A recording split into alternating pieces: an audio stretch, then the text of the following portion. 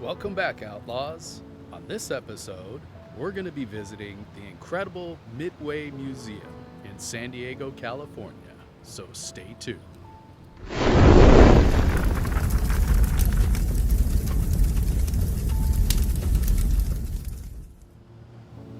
Before she became a museum, the USS Midway was a sleeping giant, moored in silence, her decks weathered by time. I was part of the crew that helped wake her up. We scraped, painted, rewired, and rebuilt. Not just steel and circuits, but stories. Every bolt we tightened was a tribute to the sailors who once called this ship home. Today, she's more than a museum. She's a living monument, kept alive by volunteers and docents who give their time, their knowledge, and their hearts. And in this video, I want to show you what makes her so special. From the towering flight deck to the quiet corners below, let's step aboard.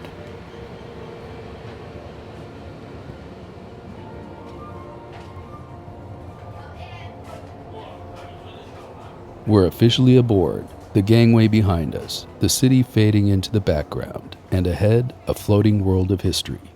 Just past the entrance, we're greeted by friendly volunteers, docents who know the ship like an old friend. Some of them served on vessels like this. Some helped restore her, and all of them are here because they believe in what she represents. A few steps in, we reach a rack of handheld audio guides. These little devices are your key to the ship's stories.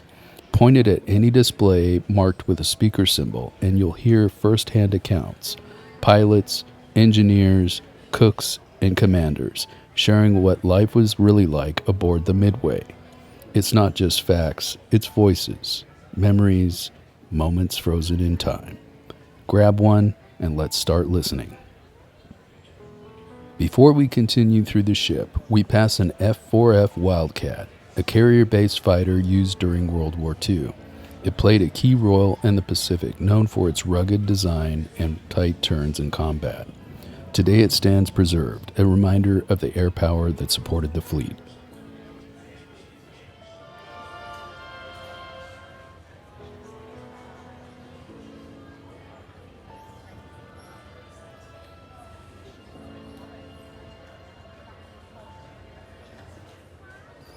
As we continue along the deck, we pass the SBD Dauntless, a dive bomber that helped shape the outcome of World War II.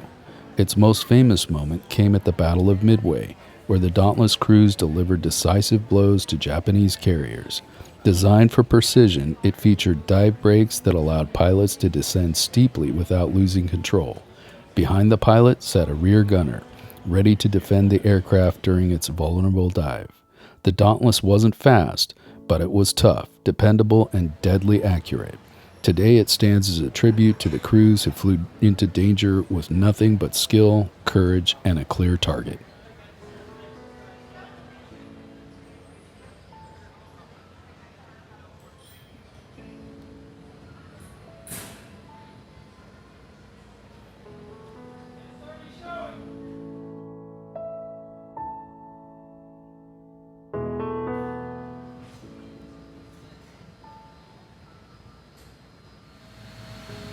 We step through the first hatch and into the heart of the ship. The corridor is narrow, lined with pipes and bulkheads, every inch designed for function and efficiency. As we walk the passageway, you can almost hear the rhythm of daily life. Boots on steel, voices echoing, and the hum of machinery. Up ahead is the Gidunk, the ship's snack bar, where sailors grabbed candy, soda, or a quick bite. Interestingly, some say the word Gidunk may come from a Chinese term meaning a place of idleness. But for sailors, it was simple. A break from the grind, a place to recharge. Even in the middle of the ocean, a little sugar and camaraderie went a long way. Here's a close-up look at the Gidunk, just as it was back in the day. Candy bars, chips, soda, even razors and toothpaste, all neatly lined up with prices that feel frozen in time. It wasn't fancy, but it had everything a sailor needed to get through the day.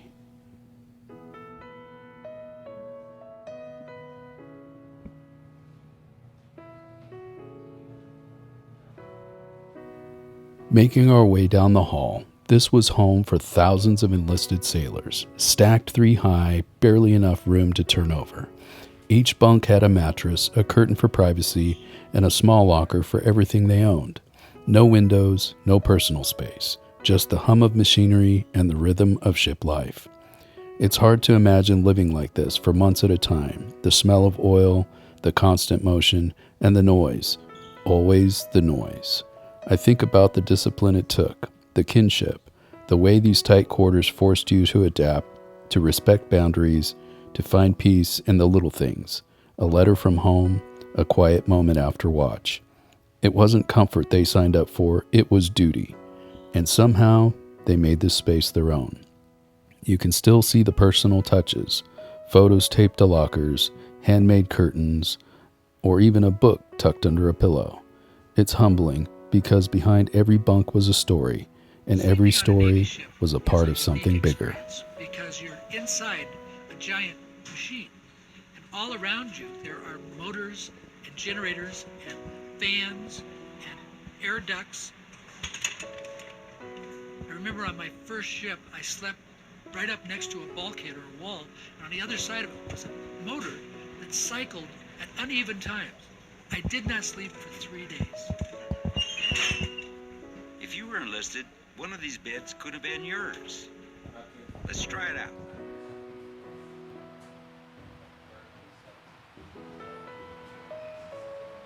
Heading up this short stairway, you're met with a display that highlights a different kind of skill. Fancy rope work, knots, braids, and decorative lines, all done by hand, often during downtime at sea. This wasn't just for show. It reflected training, patience, and pride in craftsmanship. The final piece that we see is a monkey's fist, a classic knot used to add weight to a heaving line, but it also is a favorite for sailors who wanted to show off their knot tying ability. Even the smallest details, you see the care, the tradition that went into the life aboard ship. Here's a close-up look at the anchor chain. Massive, heavy-duty links built to hold the ship in place. Each one is forged from high-strength steel, designed to withstand the force of wind, waves, and shifting currents. It's not just hardware, it's what keeps the Midway steady when she needs to stay put. 1,000 feet. You can see it goes up to the windlass, and then it goes back down into what we call a chain locker here. This is where it's stored. So when we're getting ready to go to anchor, most of the time the Midway, when it's at sea, goes to a forward port, has to anchor out. We have to prepare the anchor for dropping. And what we do is we know the depth of the water. Say the depth of the water is 100 feet. We're going to put out at least 70 feet of anchor chain, 7 to 8 times the depth of the water. And this is what we do here. You can see the anchor chain is going to come up from the windlass. Over here we have a brake. That's a brake, and that is a control. It's going to control the anchor windlass. So when we get ready to anchor, we're going to come up here. We're going to light out the anchor windlass, so the anchor windlass is going to be spinning. Those captions are, this one's not going to be spinning. We're going to have that. Before this ship became a museum, it needed hands, skilled, dedicated, and willing to preserve its legacy. Some of those hands are honored right here.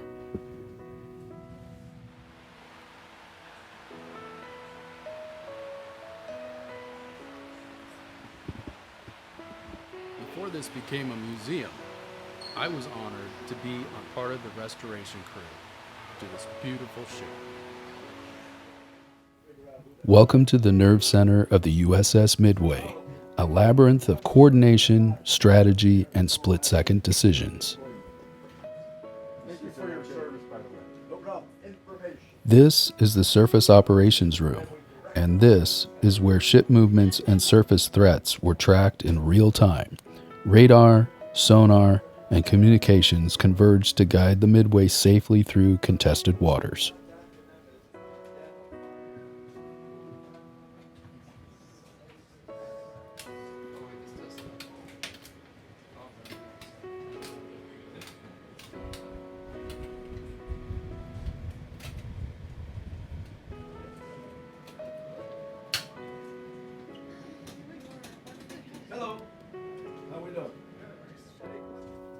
Here in the Air Warfare Room, aerial threats were monitored and intercepted.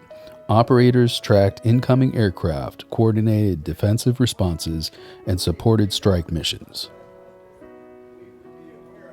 The Combat Information Center and the Carrier Aircraft Control Center were the tactical core of the Midway. In the Combat Information Center, radar and intelligence guided decisions in real time, tracking threats and coordinating responses. Just steps away, the Carrier Aircraft Control Center managed every aircraft launch and recovery, ensuring timing, safety, and precision. Together, these rooms kept the Midway mission ready from sea to sky. These are the officers' quarters, more spacious with desks, lockers, and a bit more privacy. Rank came with responsibility, but it also came with a little more room to breathe.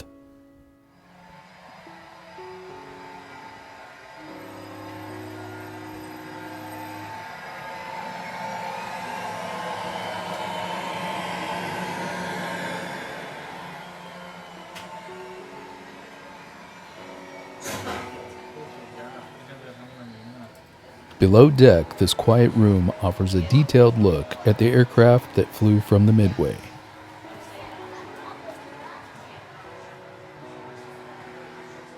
Sailors with ground fire. The last gunfighter proved itself an excellent combat plane, but at this point in the war, one-on-one encounters with MiGs remain rare. The North Vietnamese used their MiGs as just one part of a larger anti-aircraft system, including sophisticated Russian-built surface-to-air missiles.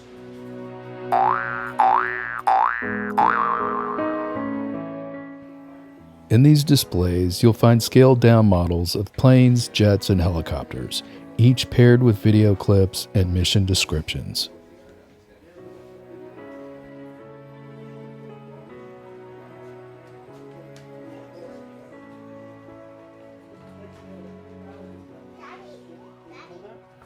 And tucked into the corners are maintenance crew offices, small workspaces filled with tools, logbooks, and the behind-the-scenes effort that kept the Air Wing mission ready.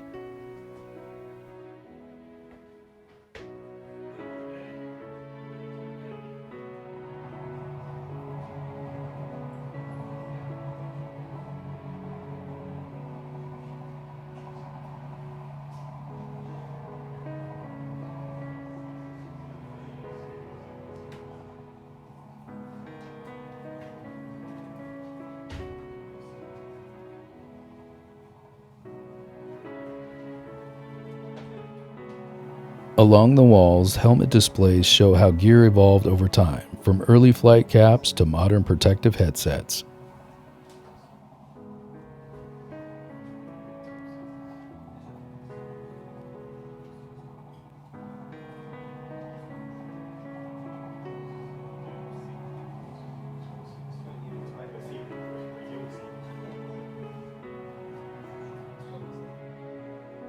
These cable bundles ran throughout the ship. I was tasked with tracing them, figuring out where each one started and where each one ended.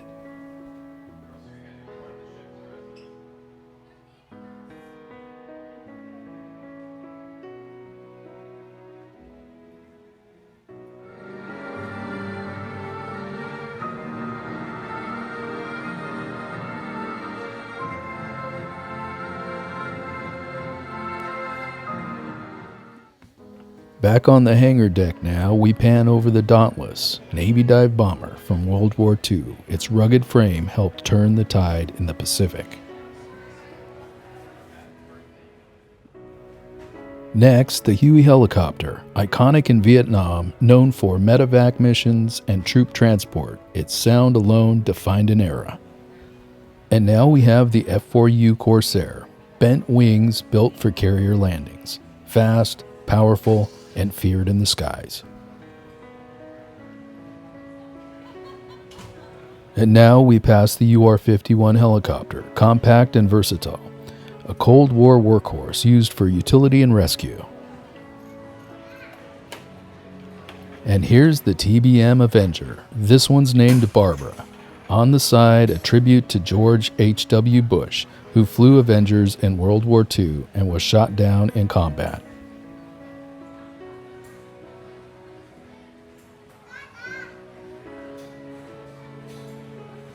The Midway isn't just for looking, it's for living. Virtual reality rides let you feel the thrill of flight from a pilot's seat, while the Screaming Eagles simulator launches you into the sky with jet fighter intensity. And tucked into the hangar deck, the bomb elevator stands ready, once used to lift ordnance from deep below to the flight deck above. It's history you don't see, you feel.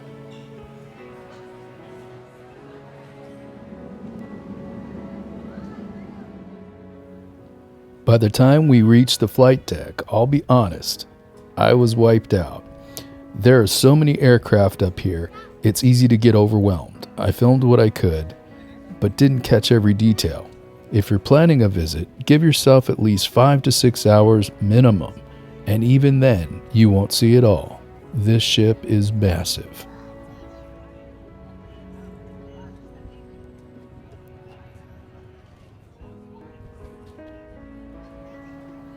Made it to the fantail, and man, what a view. Downtown San Diego just chilling right in front of us like it knows it's photogenic. After 5 hours on this beast of a ship, I was ready for a nap and maybe a fish taco. But standing here, soaking it all in, totally worth it. The Midway's got stories, and this deck's got the best seat in the house. The C-2 Greyhound's job was to fly people, parts, and supplies to the carrier from long distances away. That's Baron Asher. He flew the C-2. We bring the mail and the parts and the key things that make the whole operation work. It's a lot of manual labor. Hemi Mayer served as a crew chief for the C-2. Nothing is crated. Everything is individually hand-packed. We transport a wide range of cargo, from high-priority parts that are needed for fighter aircraft or engines, Lots of mail, food, propellers, celebrities, fruitcakes at Christmas. urine, because you gotta fly off those urinalysis samples. I remember the Constellation ran out of French fries, so we flew 10,000 pounds of French fries. We'll also see a couple passenger seats. Those are the exact way they would be facing. You know, I flew backwards across the Pacific all the way from Japan back to the U.S. The engines are so loud you have to use hand signals. And when you're catapulted, your body wants to fly out of that seat. You know, we're not as sexy as the fighter attack guys. No one really would probably give this round-bellied, fat aircraft a second look sitting on the flight deck against F-14s and F-18s. And then, out of nowhere, this V-22 Osprey flies overhead. Part helicopter, part airplane, all weird. It lifts up like a chopper, cruises like a jet, and looks like it's defying physics. I had to stop filming just to stare. Whoever designed this thing definitely skipped the keep it simple memo. From up here on the flight deck, you get the full San Diego spread. The Coronado Bridge arching across the bay like a giant welcome sign. Sailboats gliding below, and that famous statue of the sailor kissing the nurse, standing proud by the waterfront. It's part romance, part history, and all SoCal charm. Honestly, if this view came with a beer, I'd never leave. We were hoping to get up to the bridge, but the wait was about 30 minutes, and I was already running low on steam. So we filmed from the deck instead, and you've got the 41 standing tall, the American flag catching the wind, and the radar array still spinning like it's on duty. Heads up if you visit, bridge access can take a while. But even from here, you feel the presence. Midway's still got eyes on the horizon.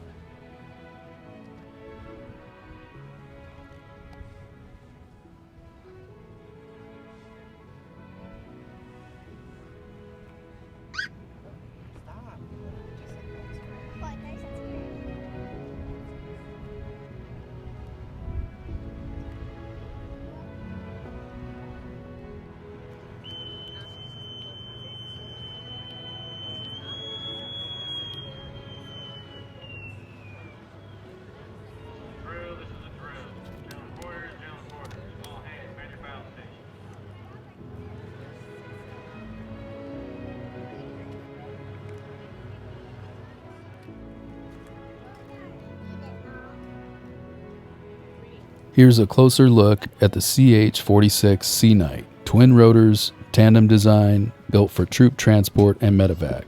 You can really feel the unity in the layout. Everything's tight and purposeful. This one's been restored beautifully. The seats, the gear racks, even the flooring. It's all a reminder of how many missions this bird flew. I always think about the crews who lived in here and day in and day out, not glamorous, but reliable. If you ever get the chance to walk through one, take your time. It's not just a helicopter, it's a time capsule.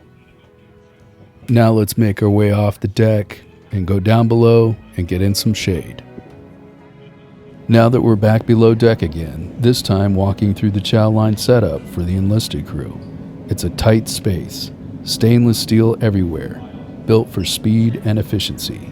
You can almost hear the clatter of trays and the low hum of conversation. Thousands of sailors pass through here, 3 times a day, rain or shine, mission or no mission. Not fancy, but it kept the crew going. I always think about the rhythm of life down here. Work, eat, sleep, repeat. It's easy to overlook, but this was the heartbeat of the ship.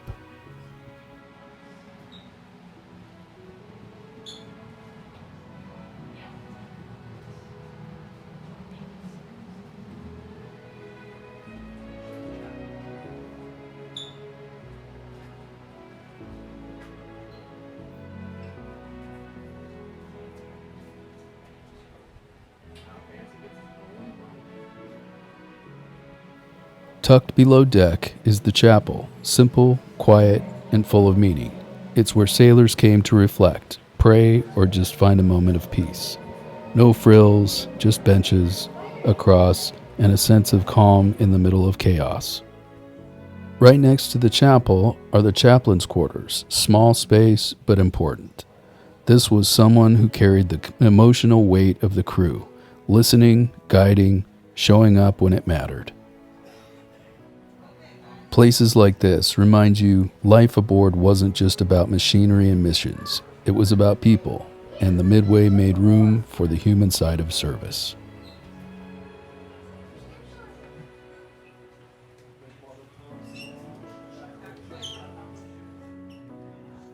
Welcome to the commander's quarters, one of the few places aboard the Midway where rank came with real comfort.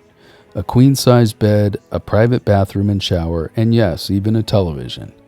In a ship built for war, this was a rare retreat. Not opulent, but intentional. A space to rest, reflect, and recharge between decisions that shape lives. Just steps away, the administrative assistant's office, the commander's right hand. Paperwork, scheduling, and coordination all flowed through that tight space. Together, these rooms formed a quiet command post, where leadership met logistics and comfort met responsibility.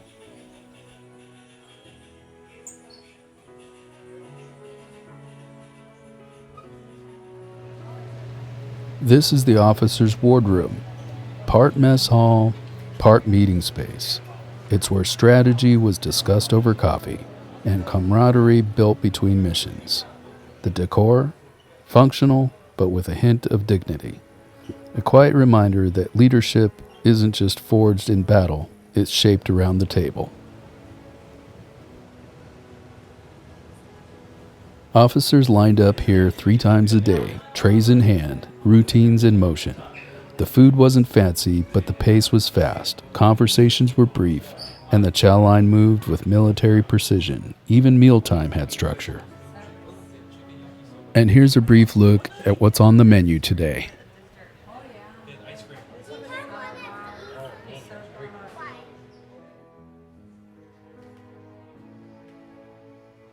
Deep inside the Midway, we reach the damage control display, a sobering reminder of the chaos these sailors trained to contain. Fires and flooding, as well as structural hits. Damage control teams were the ship's last line of defense. This wasn't glamorous work. It was gritty, dangerous, and absolutely vital. Lives depended on their speed, skill, and sheer nerve. In battle, they didn't just patch steel, they held the ship together.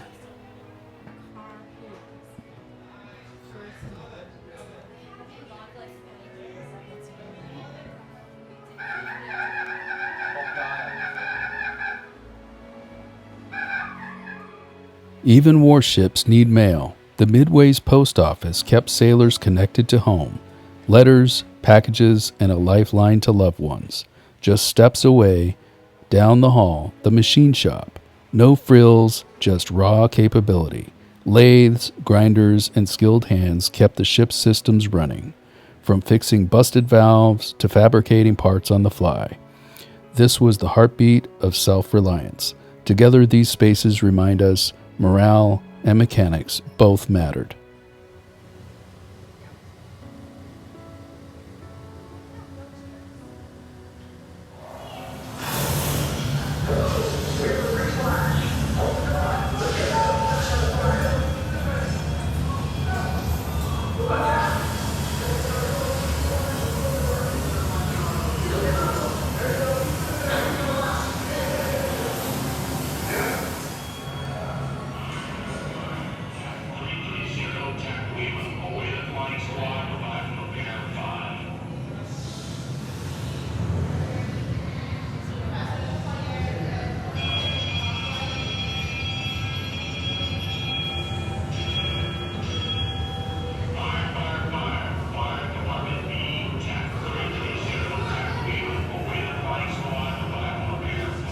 Midway was actually to move the ship through the water. The crew used steam to power the engines that turned the ship's 4 giant propellers. Tucked deep in the ship's belly, the motor rewinding shop was a lifeline. Here, skilled hands rebuilt electric motors from scratch, coil by coil, wire by wire. It wasn't glamorous, but it was vital. Every radar sweep, every elevator lift, every pump depended on this quiet precision.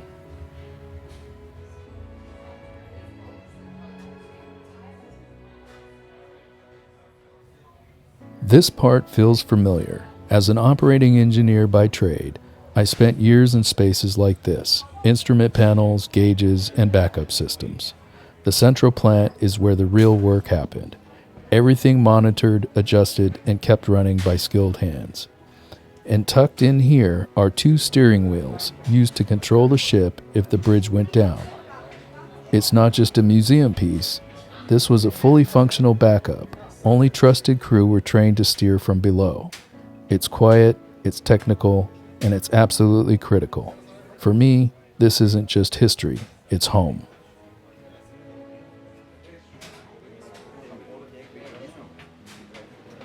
Here's a close-up of all the gauges and those 2 wheels that were used to steer the ship in case the bridge went down.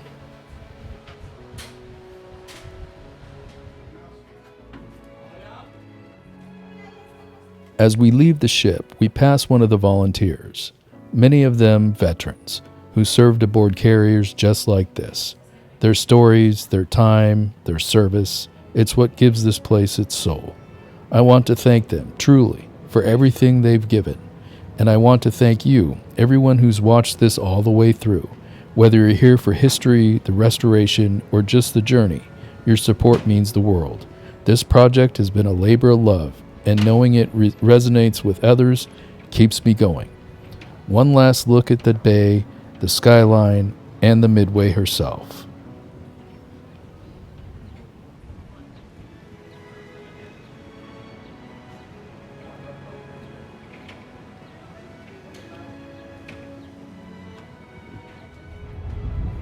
I want to thank everybody for taking the time and going on this journey with us. It's been fun. And as always, thanks for watching.